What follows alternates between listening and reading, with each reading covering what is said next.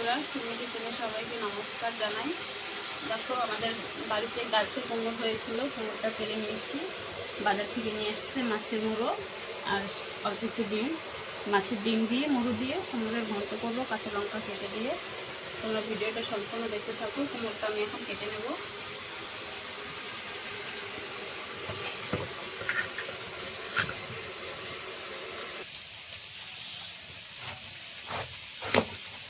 দেখো কি সুন্দর করছি।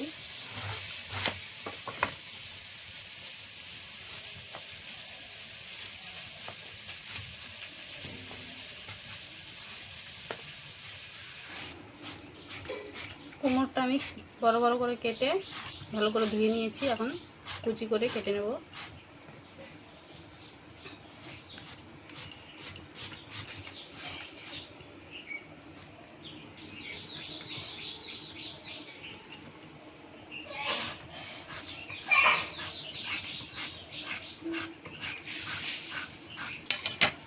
কুমড়োটা কাটা হয়ে গেছে। কুমড়োটা গামলায় ঢেলে আমি নুন দিয়ে মধ্যে রেখে দেব। 1 চামচ নুন দিয়ে দেবো। কুমড়োটা এখন ভালো করে নুন দিয়ে মেখে নিচ্ছি। মুড়োটা আমি এখন মেখে ভেজে নেব। দিয়ে দিয়েছি স্বাদ মতো নুন, হলুদ গুঁড়ো,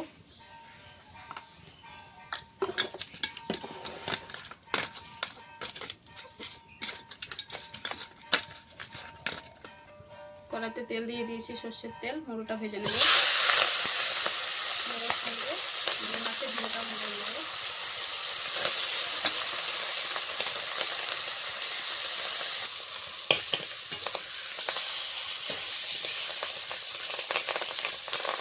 এক সাইডে ভাজা হয়ে গেছে, উল্টে দিয়েছি। মুড়ো আর মাছের ডিমগুলো ভাজা হয়ে গেছে, নামিয়ে নেব। মুড়োটাও কড়া করে আসতে গেলে অনেকক্ষণ ভেজে নিয়েছি। মাছ ভাজার তেলে আমি সর্ষের তেল দিয়ে দিয়েছি। ফোড়নে দেবো তেজপাতা, পাঁচফোড়ন,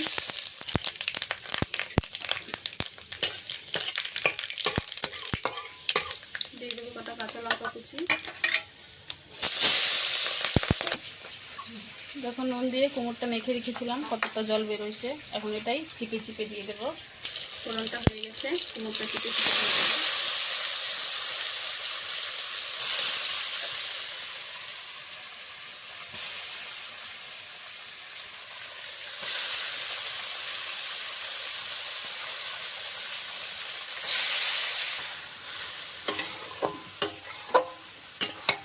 নুনটা আগে দিয়েছিলাম, সামান্য এখন নুন দেবো।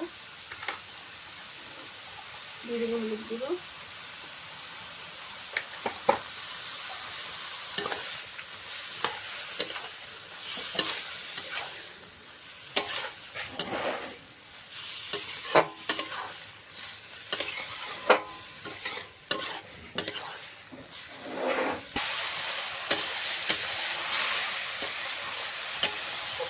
কুমড়োর ঘন্টটা রান্না করতে অনেকক্ষণ সময় লাগবে।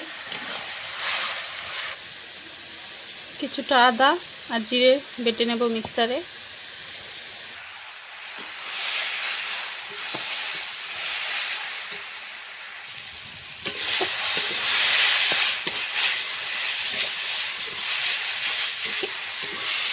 মুখটা দেখো ভেজে কতটুকু হয়ে গেছে। এখন দিয়ে দেব মাছের মুড়ো, আদা জিরে বাটা, ভালো করে এখন কষিয়ে নেব।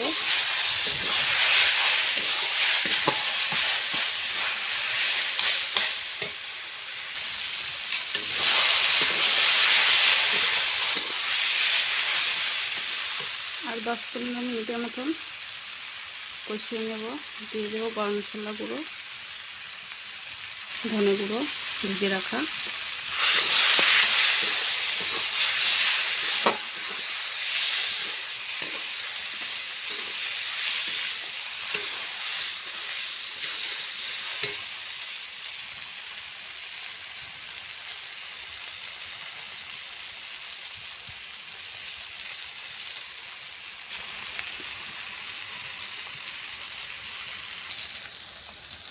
সামান্য পরিমাণে একটু চিনি দিয়ে দেবো।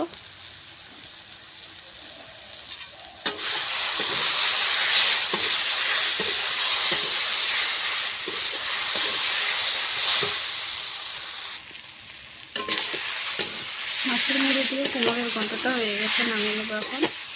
দেখো খুব সুন্দর শুকিয়ে গেছে।